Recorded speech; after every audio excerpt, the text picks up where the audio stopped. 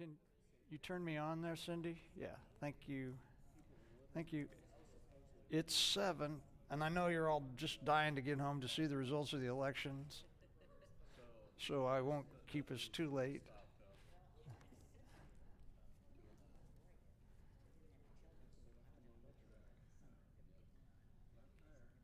Oh.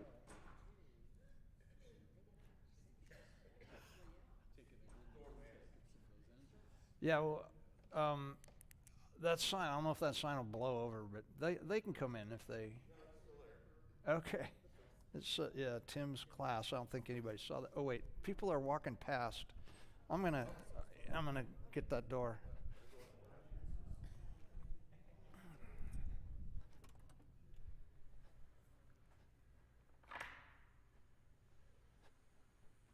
Oh, we're in here.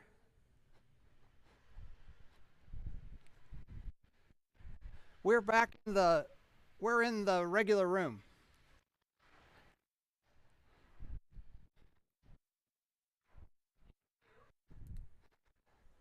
Well, I saw you.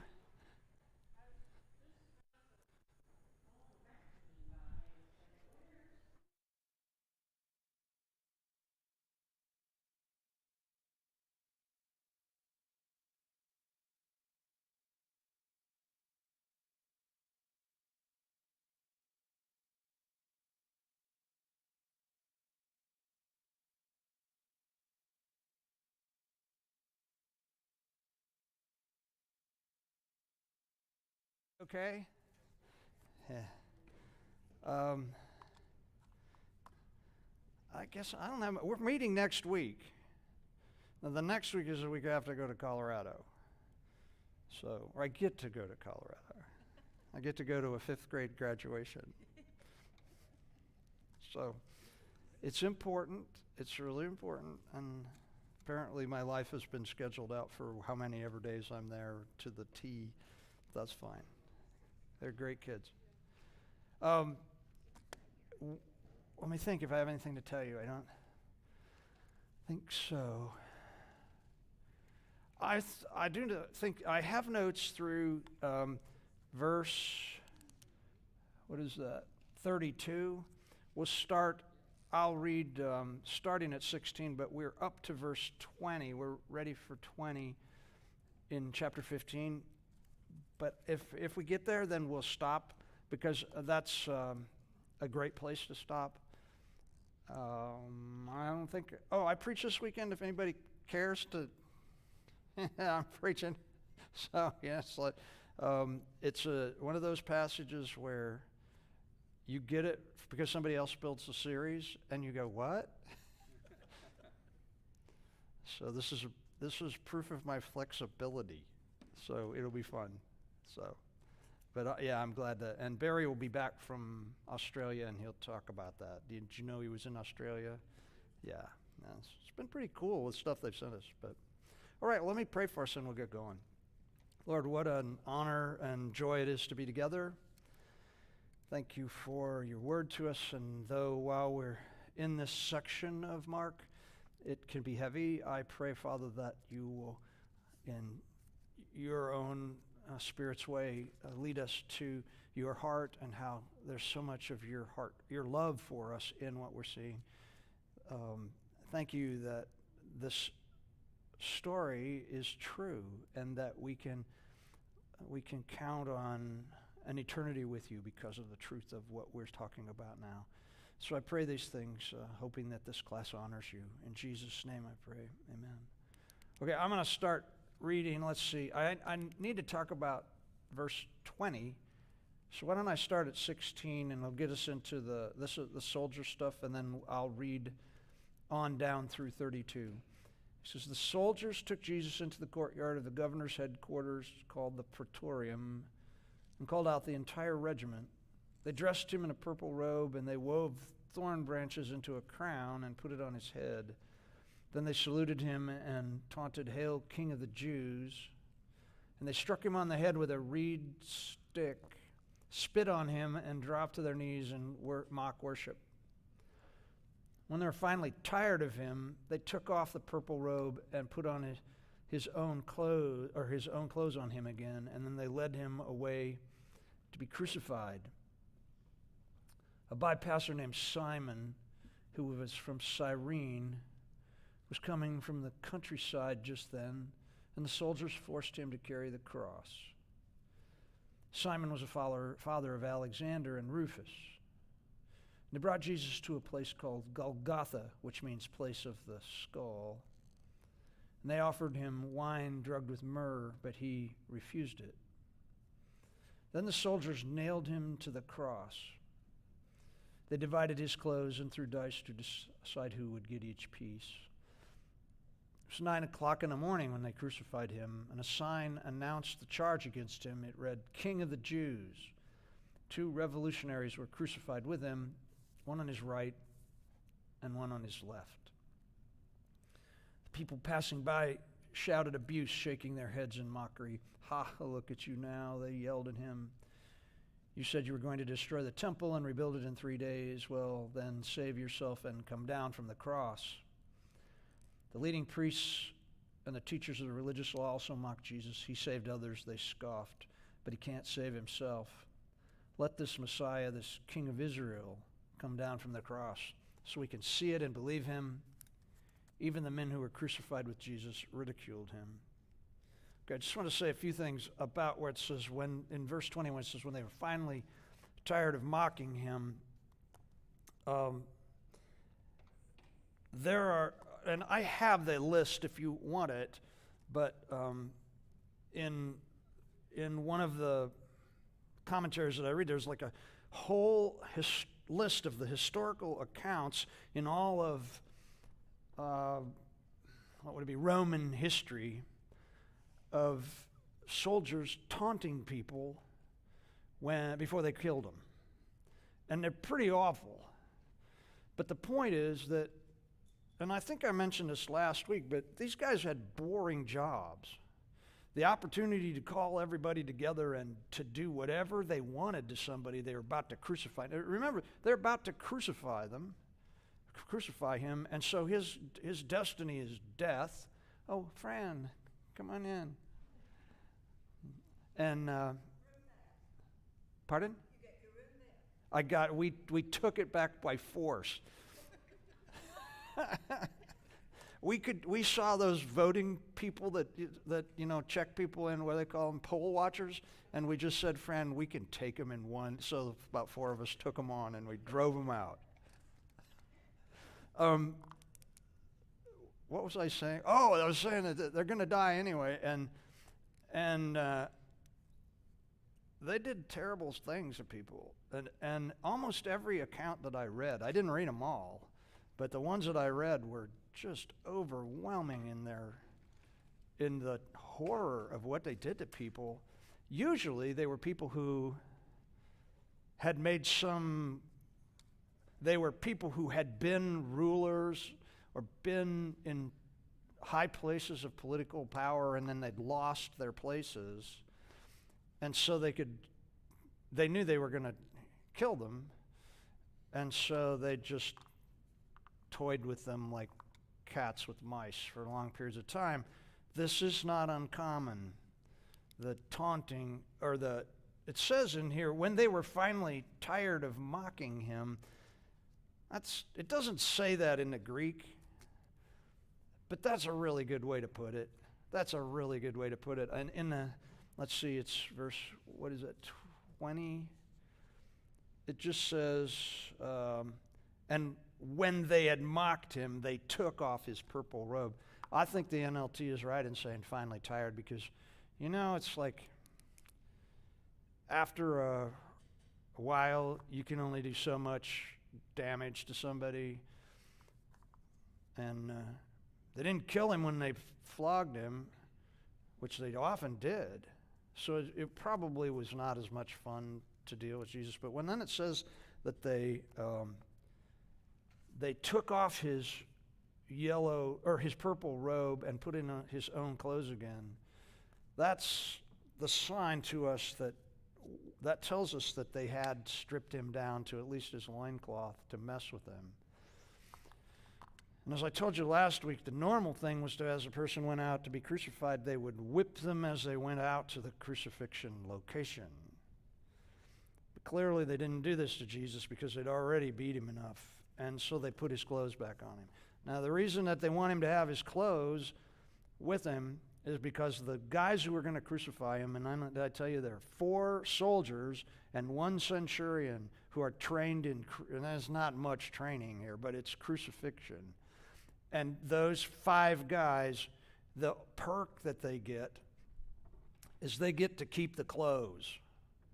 And so what they don't want to do, they didn't want to have happen was that they make Jesus go out and they have to go with him to crucify him, and he leaves his clothing, and that would be an inner tunic, an outer robe, sandals, a belt, a head covering, and possibly a bag, a leather bag. Now, all that stuff would be, depending on how old it was, because, you know, people had 1 set of clothing, and depending on how old it was, would make a difference in how much it was worth. But one of the perks for having the terrible job of crucifying people, can you imagine that being your trained job, was that they got to divide up the clothes and get to sell it off or do something with it, you know, if the sandals fit you. Because this stuff was expensive. Think about it. It's like not everybody, you know, most people didn't have but the 1 set of everything, and they wore it till it completely fell apart. And, but anyway, they take the purple robe off and they put his clothes on him because they want him to carry those out to the cross, because they want to take them off of him and have them, as opposed to leave them back at where does this make sense? Yeah, and it says they led him away to be crucified. Now, the word led him there is that same word that's like in all of the other accounts of people being dragged away. This is not, they didn't say follow us. This is a terrible moment. The whole thing is terribly humiliating. It's terribly humiliating for Jesus, and this leading him away is meant to scare everybody else. We're going to get into this, but deeper into it, but the pattern was to always take people from where they were either being held or being charged and found guilty to the crucifixion by the most populous, the busiest streets, so that more people would see it. And we'll talk about how they go about this later, but this is an ugly thing. This is an ugly thing. I just want to, well, let's put the next verses up, because I think we can get more. What's the, Jeff, the next verses? Yeah. Okay, we get this. It says, a passerby named Simon who was from Cyrene. Now, this is a really interesting bit. It's in all three of the synoptics. It's not in John, but it's in all 3 of the synoptics, that a man named Simon who was from Cyrene. Cyrene was in Libya, what we call Libya. That's a long way away.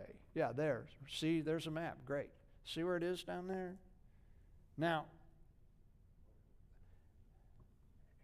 there's all kinds of thoughts about Simon. He could have been in Jerusalem for one reason, and that was to celebrate the Passover. It's just like Muslims all want to have one shot at going to the Hajj in Mecca. Jews in the rest of the world at the time wanted to have at least one time when they went to Jerusalem to be there for Passover.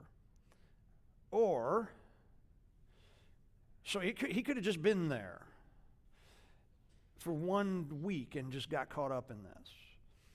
Or he could have been from there and he moved to Jerusalem because lots and lots of Jews, and I think I've talked about this before, but lots and lots of Jews during the first century were moving to Jerusalem because they thought that this messianic fever was so strong, they were certain that the end had come and that the Messiah was coming, and that they wanted to be in Jerusalem when they died or be there when the Messiah came, because if they were in Jerusalem when and they died and got buried, then they're expecting a resurrection, a bodily resurrection of all the Jews. And so they wanted to be in Jerusalem so they were nearby when it happened, because if you were someplace far away, they believed you had to roll underground all the way to Jerusalem to be resurrected. And so they didn't want to have to go through that. They wanted to be there. And there's all kinds of complications that come up even with the early church. And I'm sure I've talked about this, but that's why there's so many widows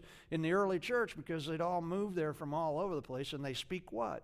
Greek. They're not Hebrew speaking or Aramaic speaking, but they're there because they'd moved there with their husbands, and husbands always die first. And so they got tons of widows who are in Jerusalem at the beginning of the first church, and that's what the Stephen and all that stuff is about. But anyway, so you've got Simon from Libya, and he's and in the text it says, what's it say there, Jeff? Can you put that back up for me? It says who was from Cyrene was coming in from the countryside. The literal translation of this is that he was coming in from the fields. Now, I just want to say this about that. This has led to all kinds of talk about Simon of Cyrene.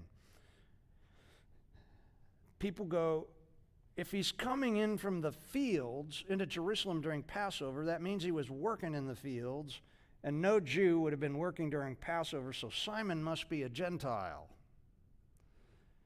And because he was coming in from the fields of work. But the phrase that we get in the Greek does not mean that somebody's coming from working in the fields. It means he was staying outside of the town. And almost everybody was staying outside of Jerusalem and coming in, because there were 10 times the number of people at Jerusalem for the Passover than the number of people who actually lived there. And so this guy, Simon, is coming in from wherever he's staying and is on his way to where? The temple. The Romans had a rule, and this is everywhere, that the soldiers could demand any person to carry a load for them for it's not a mile, but it's about that length, so we'll just say 1 mile, stadia. But it's 1 mile. Remember when Jesus said, when you're asked to carry a load for a mile, then carry it for 2? He's talking about that. He's talking about the fact that the Romans could stop anybody on anywhere and make them carry something for them for a mile. And what they would do often is they would just, as they were traveling, they'd grab a guy and make him carry their backpack for the mile, and then when they get to the distance that they could let him go, they'd grab the next guy and they'd get to wherever they wanted to go without ever having to carry anything. And this was so that the soldiers would not be worn out when they got someplace. So here comes Simon. He's staying outside of Jerusalem. He's either living there or he's just visiting. And the Romans grab him and they make him carry Jesus' cross. Now, why would they make him carry Jesus' cross? Well, it's because Jesus couldn't carry it. And why couldn't Jesus carry his cross? Because he'd been whipped and beaten and such to the point where he was unable to carry it. Now that cross beam was heavy, but most of the time people who were being crucified, that's why they generally whipped them on the way out. So they didn't have to deal with the crossbeam. That person could get it out there, and they just keep whipping him as they went out. The whole idea of it is just ugly if you think about it. The interesting thing about first off, let's just say this. Simon was a father of Alexander and Rufus. Both of those names are Greek. Okay, so that's why he was a Gentile. He named his kids after Greek people. But tons of Jews named their kids after Greek people. They named them Greek names. I mean, think about the way our names are. We don't have any real notion of where they came from. We like the names, and same thing. with a lot of what I would call urbane Jews, to use a. Now here's an interesting thing, though, that we know that in Gospel of Mark, or any of the Gospels, well, actually in any of Paul's writings, that anytime somebody is named, what? They're still alive. You could go talk to them. And so they call them the eyewitnesses, and so they would name eyewitnesses. If Simon had been dead at the time of the writing of this book, they probably wouldn't have named him. They'd have just said, a man from the countryside, because they wanted to name him and tell you where he was from, so that if you wanted to go to Jerusalem and find Simon and find out if he actually did carry Jesus' crossbeam, he'd tell you. Now, the fact that they name the two sons is somewhat important. Remember, Peter is writing to Roman Christians who live in Rome. Or Peter's gospel, the Gospel of Mark, is written by Mark to tell Peter's story for Roman Christians. And so if Mark names these two guys, it probably means that somebody knew them in Rome, and there is a Rufus and his mother who are named by Paul as being in Rome as people that are, yeah, there it is. It's greet Rufus, chosen in the Lord, and his mother, who has been a mother to me. This is from Paul in the book of Romans. He's saying that. So the thinking is that this Rufus was alive when the church was blown up and he was a follower of Jesus. And probably there's some connection with his brother because the people in Rome would know him, and maybe even Simon. We don't know. We never are told anything about him in any of the Gospels other than that he carried the cross. But there's this aspect of his name being Simon. You know what Peter's name was, don't you? His name was Simon. And where did Mark get the story? He got the story from Peter. And I was thinking, if you think about it, Peter is where when this happens. He is off someplace crying and upset with himself because he's denied Jesus after saying he would never leave him no matter what. He'd go to his death with him. And as Jesus is going to his death, a man with the same name as Peter not only carries the cross, but he walks with Jesus right to his death. He's with him all the way. Another man with the same name does exactly what Peter had promised he would do, and he did not do. And yet Peter tells us this. Peter tells us this through Mark. I just think that's an irony that's just really deep. It's just a deep irony. I can't even imagine if it'd been me. And I knew that I had to tell everybody the story about another Simon who did exactly what I said I would do and then failed miserably to do it. I think I had more to say about that. Can I look at my notes? I just feel like I've got something more to say about that, but let's see. Oh, the distance we're unsure about.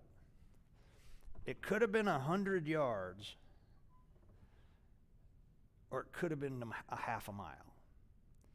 It's in between that distance. But we don't know because we still don't know exactly where the trial was and exactly where the crucifixion was. But it's a distance long enough that if somebody is dragged, can you imagine what Jesus must have looked like as somebody else was carrying his cross and he was behind them, trying to go with him behind them? Everybody's out on the street. It's a Passover celebration day. Town is crowded. And you can just imagine how horrific this would be. The purpose of the carrying the cross was to frighten people, Do you remember back when Jesus said, if you want to follow me, you need to be what? Prepared to take up your cross? Now here's the thing. The taking up the cross had something to do with being willing to die an awful death on my behalf. But the primary idea behind taking up your cross was not about being crucified, but it was about taking the humiliation that you get when you go from being convicted to getting to where they kill you. Because people naturally, your friends are not there to watch. They're not going, oh, we're so sorry. Or we love you, Jesus. No, they're not. Nobody's doing that. Everybody is humiliating the person as they're being taken out to be crucified. And so when Jesus says you have to be willing to take up your cross and follow me, they don't know that he's talking about a literal crucifixion. But in the moment, they knew that he was talking about being willing to take the humiliation that you will get by being associated with me. That's what he was talking about. This is pretty powerful stuff. We don't have any, I can't even imagine any idea that's close to it in. I had a girl stand up in a bar one time and scream at me that, oh, you're just one of those effing Baptists. Okay? And it was ugly, and she was really loud, and it's one of those things where the room goes silent, you know, there's like 1,000 people. It was in the Ale Emporium in Broad Ripple, of all places.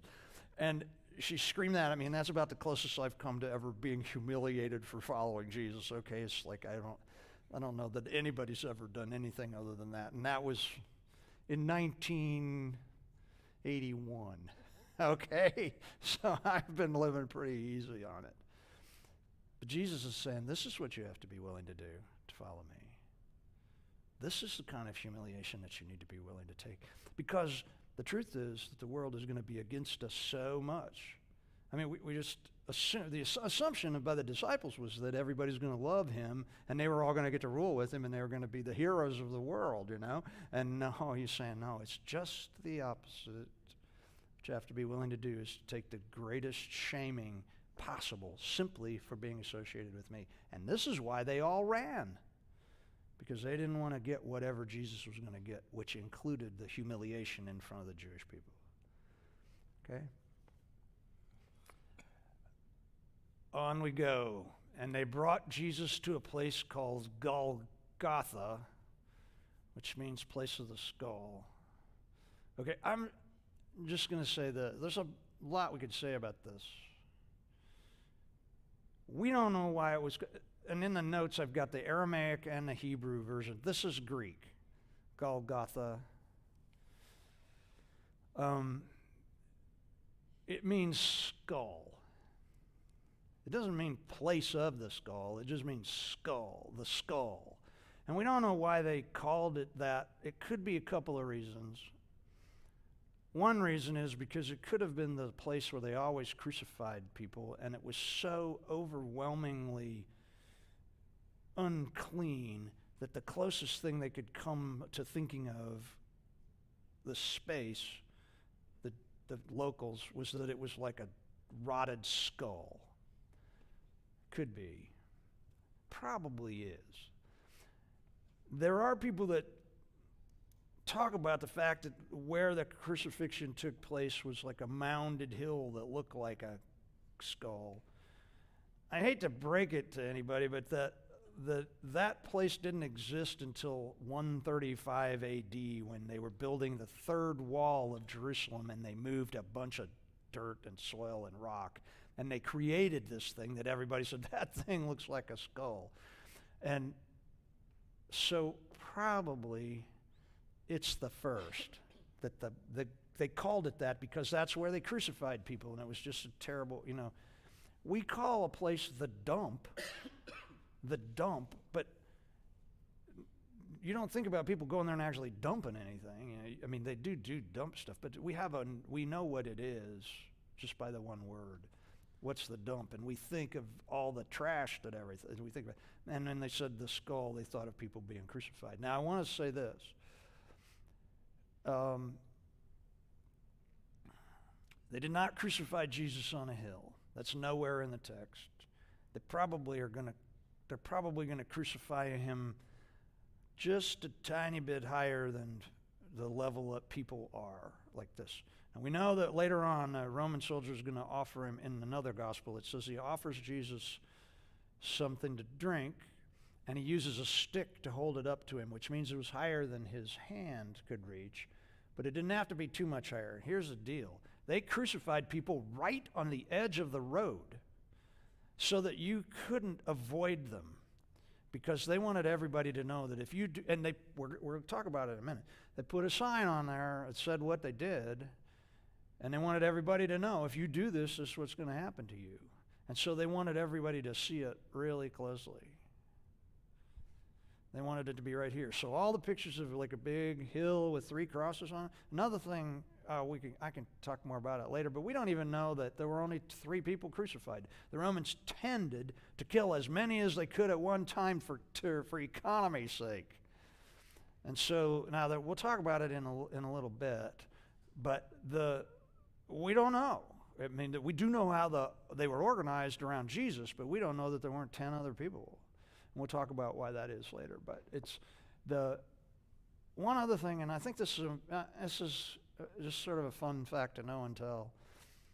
The word Calvary, there was no place called Calvary. It's not even a Christian thing. Calvary is an anglicized version of the word Calvaria, which is Latin for skull.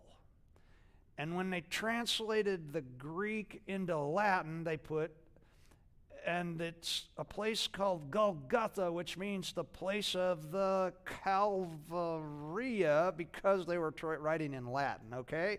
And for some reason, when they translated the King James out of the Vulgate, rather than changing it to the place of the skull, they called it Calvary. They just took the Latin name and anglicized it. And so the only people in the world who call the place where Jesus was crucified Calvary, that's a hard word for me to say. It's like Arnold Palmer. I can't say that multiple times either. But Calvary, the only people who call it that are English-speaking people, and we're the only people who say it was on a hill, because it was done to us by the translators of the King James, okay? Now, I just want you to know that, so if you ever go to Germany or China or any place like that and you're talking about Jesus, don't tell them that he was crucified on Calvary, because they'll go, what?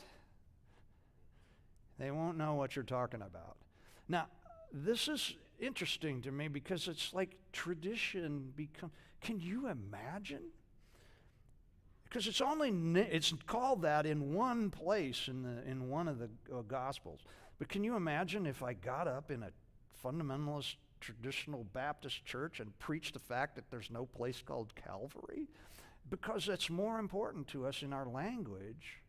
The language of the story is more important because it's traditional than the truth of the matter, which is the truth is that Jesus was simply taken to a place they called the skull. And they called it the skull because it was probably a horrible place that no Jew ever wanted to get near, because everybody that got crucified in that spot. And most people, the Jews got a little break on this, but most people were left on the cross to rot until the dogs came and ate them up. And so it's like, this is not a cool place, but there's no Calvary. Is that okay that I told you that? It's just an interesting thing to me because there's so much stuff like that. It's just like the inn in Bethlehem. There's no inn in Bethlehem. The word does not mean hotel or inn. It means the part of a house where guests stay when they come to visit you, and they didn't know how to translate it, so they just said, and there was no room in the inn. Well, the word doesn't mean that. It meant that there were too many visitors staying there already, and so they had them stay out with the animals because they didn't want Mary to get any of those juices that were coming when she had that baby on any of the visitors. So it's like, but that ruins Christmas for everybody. So I'm just saying, these things just, I was trying to tell my wife about this yesterday. She was not having it. Not the Bethlehem stuff, but she said, Tim, why is this important? And I go, okay. Anyway, then it says they offered him wine drugged with myrrh, but he refused it. There's a passage in the Old Testament that talks about when someone is suffering, you give them wine to make them feel better. There it is.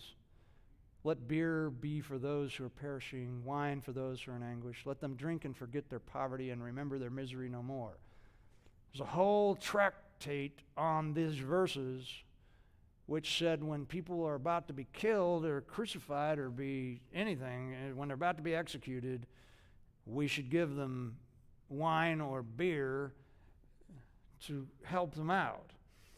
And this is, and in the notes is the actual Mishnah stuff about it.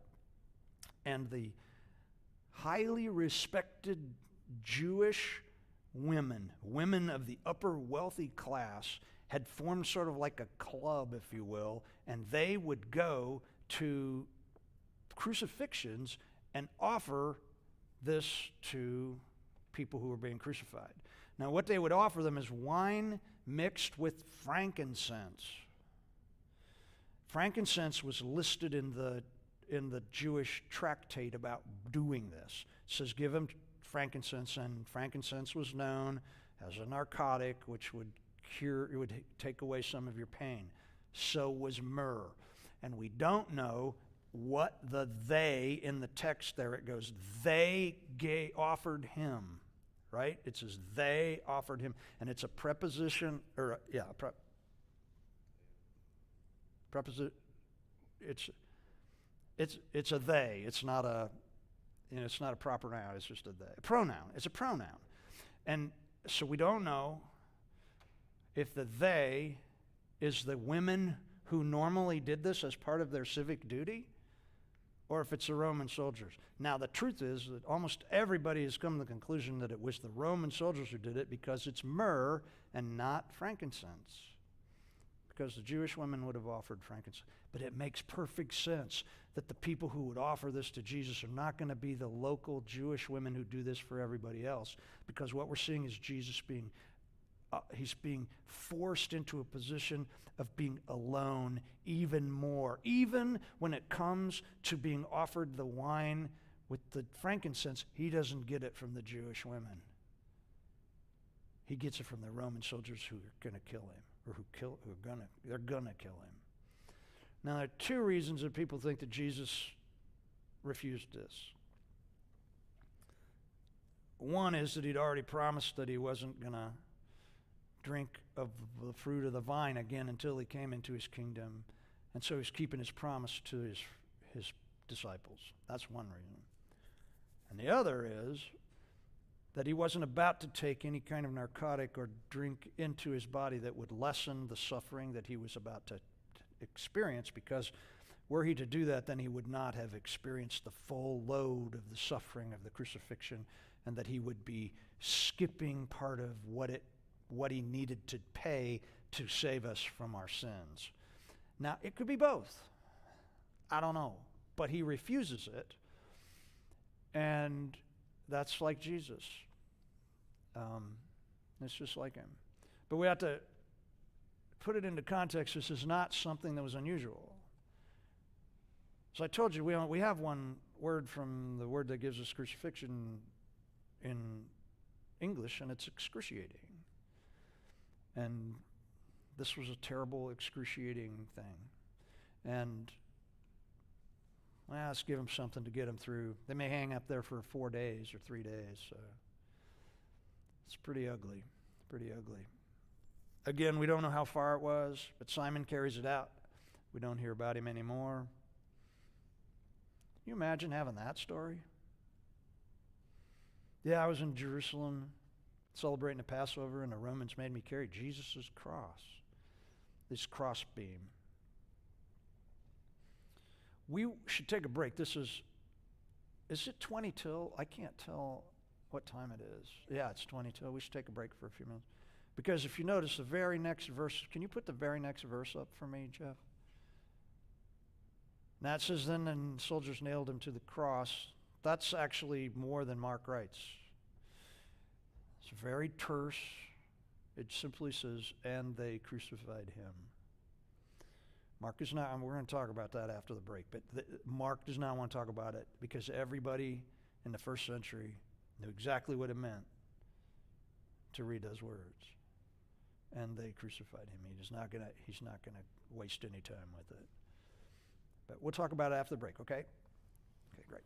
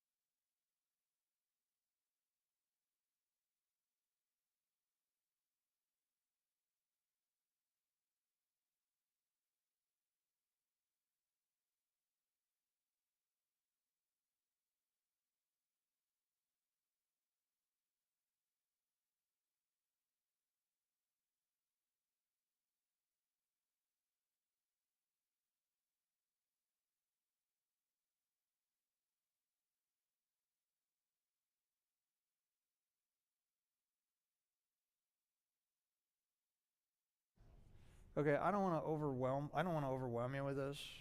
My wife was not happy with me last week about overwhelming her with stuff. And she knew what I was talking about, so she's not here.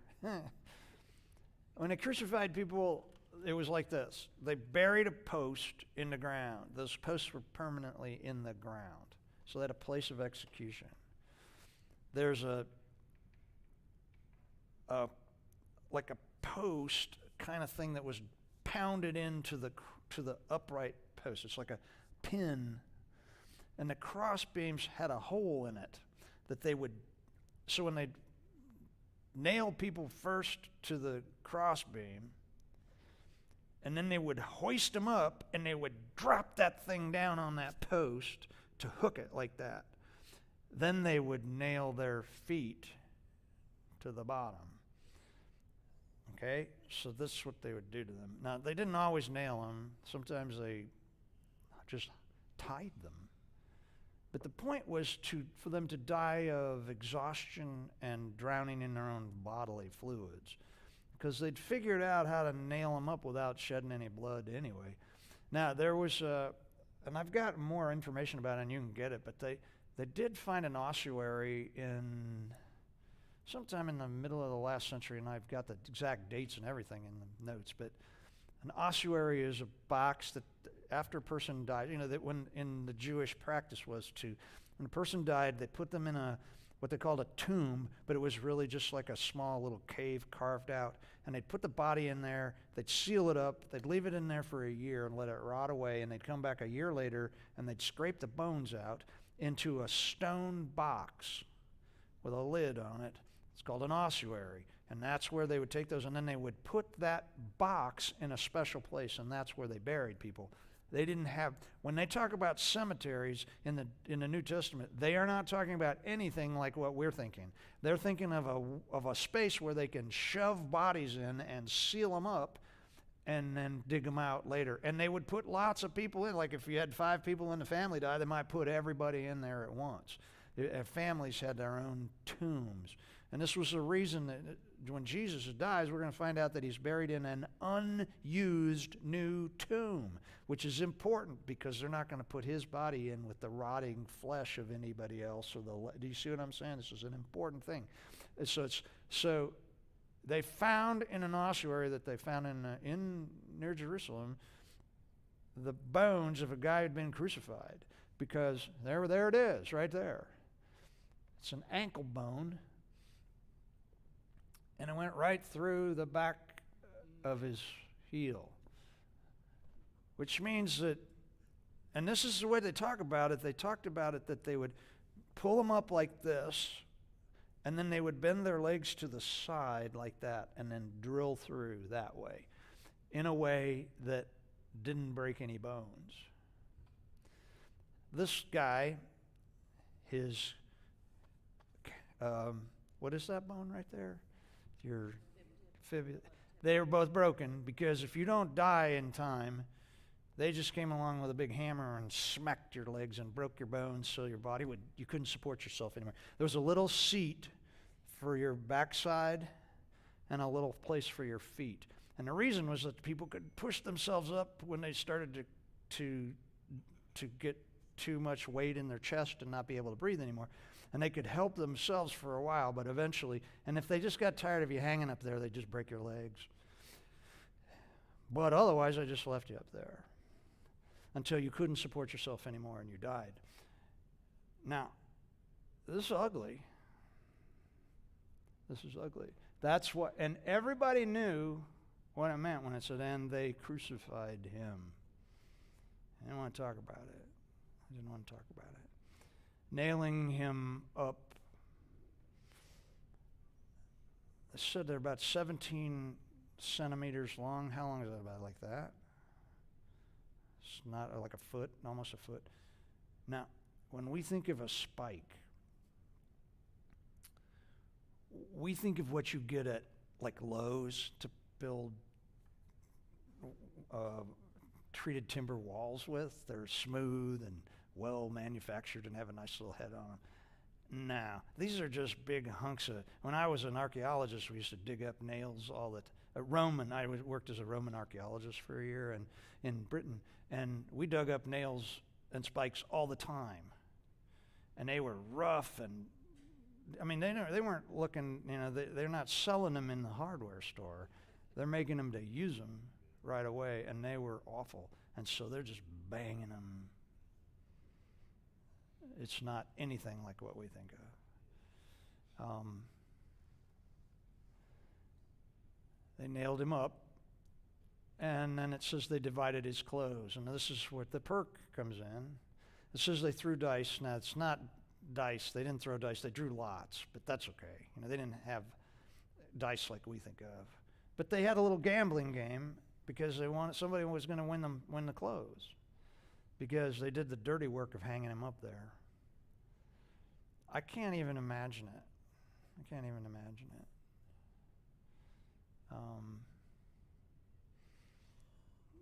It's just. I don't think the Jewish people would buy it. They might. Some of them might if they didn't know where it came from. You might sell it back, but they could sell it or keep it for themselves. It's just a perk. Because those things are so expensive for. I've talked about this. I'm sure I've talked about this before, but the fact that when you changed your robe, you changed your identity because you wore the same robe for years until it wore out. And so if you got a new robe, that's why there's so much talk in the New Testament about you take off the old cloak and put on the new. You put on the cloak of Jesus, and the whole point is that that's your identity. And so if you put on the cloak of Jesus, then people will mistake you for Jesus. And that's a positive thing in the imagery of everything, but that's how valuable the clothing was, that they could sell the stuff as a perk. Anyway. Yeah, this is rough stuff. I've got more notes. If you want to know more about crucifixion, I can tell you about it. We don't need to go into details about it, but it has a long history. I think I mentioned last week that the word for crucifixion in Greek and Latin were two words that it was said should never be heard by the ears of a Roman citizen. You could only crucify slaves and non-citizen traders. Okay? It was for the lowest person on the planet, crucifixion. And Jesus being crucified is one of the huge stumbling blocks for the Jews after the resurrection. When Paul goes out to speak to the Jews in the synagogues and talks about Jesus who was crucified, they just will not have it. There's this whole thing about in the Old Testament where it said, cursed is anyone who is hung on a tree. Well, the Jews, they did crucify people, but they also, when they stoned people, they would, after they were good and dead, they would unstone them and hang them up on branches and trees to show that they were cursed because of the terrible thing they had done. This was a part of their process of letting everybody know what happens to you if you do what they did. And so they would stone people and then hang them up on a tree. And this is exactly what everybody's thinking about. Because don't think of perfect cross, the kind of cross, the beautiful crosses that we see and all that stuff. Think of a rough trunk of a tree as close as they can get to a straight thing, and then a really rough cross piece, and you're hanging a person up on there. That particular crucifixion ankle that we saw had chunks of wood in it, and there was an olive tree. So they're using whatever they could find. It says it was 9 o'clock in the morning when they crucified him. Now this is a problem because, and it's talking about the watches. It's not actually saying 9 o'clock. It's about this. And John says he's crucified at a different time. Now John seems to be trying to make it so that he's crucified at the exact same time that they slaughter the lambs in the temple. And there's like a theological line running through. Mark seems to be just saying, well, Peter remembered it being in the morning sometime. It's hard to see how they got all that stuff in Mark's story in the short amount of time they had. But it's also hard to imagine that they would have waited as long as John said. You know what? It doesn't matter. That we're not being told that it was at 9 o'clock for any other reason than just to get a bearing on things and to know that they took care of business quickly. That's why it's 9 o'clock. They took care of business quickly. Anyway, now this sign is called a titularia. Under normal circumstances, they made the sign that said what the person did.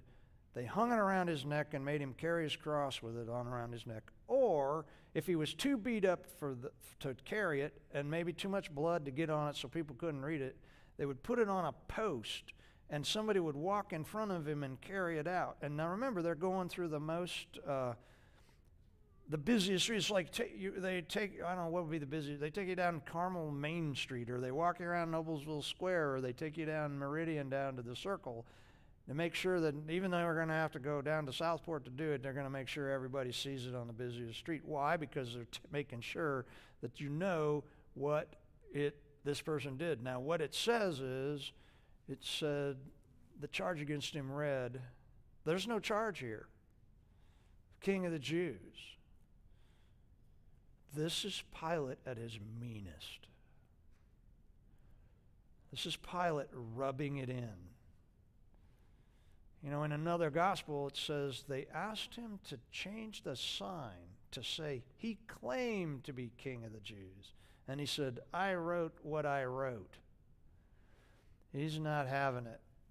Why? Because what this tells every Jewish person that comes along, you think you've got messianic fever? You think somebody's going to come and drive the Romans out? You think that your king is coming?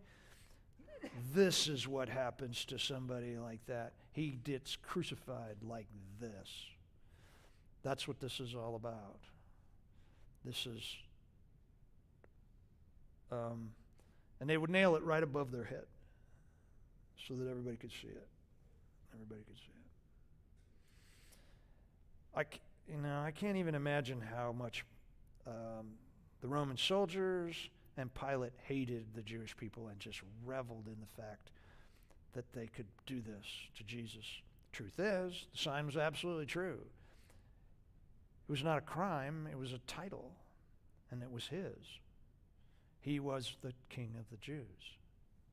He was.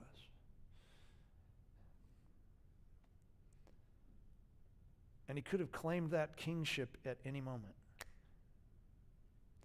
He was not limited by anything other than his will to obey the call of his Father. It says 2 revolutionaries were crucified with him, one on his right and one on his left. And this would be a good place to finish because this is really interesting right here. First off, as I said earlier, we don't know that there were only 2 people crucified with him. The word that is used for them in the Greek here, almost exclusively up until the middle of the 1st century, was used for a robber, a thief. Oh, there it is. Yeah. It's listas. And together with him, they are crucifying 2 robbers. Josephus uses this word everywhere in his work, and it always means a revolutionary. It always, in his context, means somebody who's trying to overthrow the Roman government, or trying to overthrow the Jewish government, or trying to overthrow something, and it's always a revolutionary. It is not a thief. Most scholars think that to call them thieves is to miss the point. Here's the deal. Barabbas was arrested in a revolution of some kind where somebody was murdered. And I'm just saying, Barabbas probably did not cause a revolution and murder somebody by himself. He was probably arrested with other people, including these two people. These guys were probably part of that plot, and it would be unusual if only 3 people were arrested. But what they've done is, what Pilate did was, now just follow this with me, and they've got the King of the Jews, and they've got him on a cross in the middle with his name above it.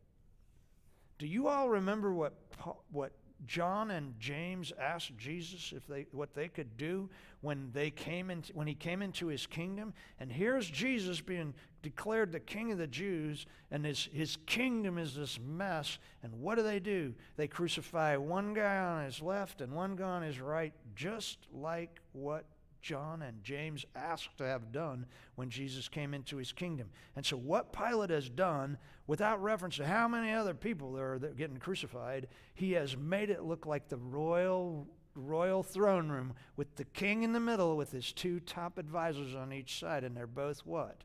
Revolutionaries. And if you dare to try to overthrow Rome, this is what's going to happen to you.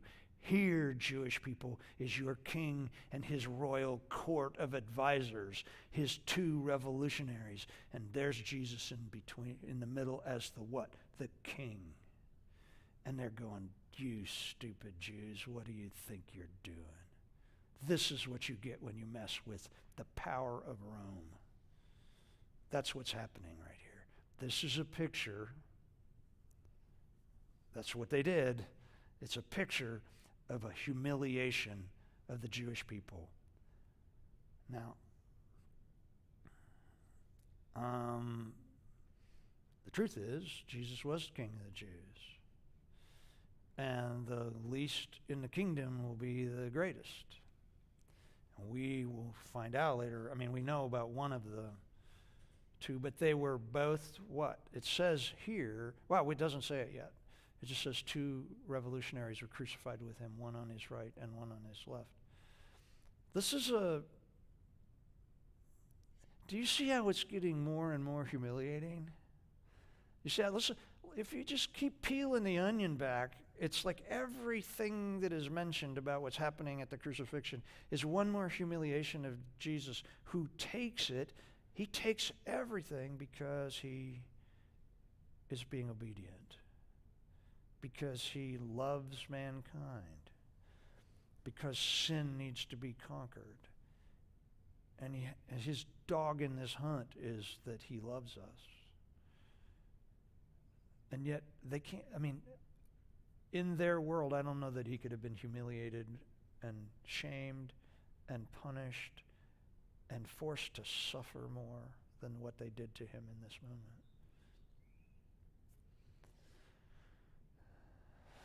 That's a good place to stop, actually. What's the next verse? What's the next?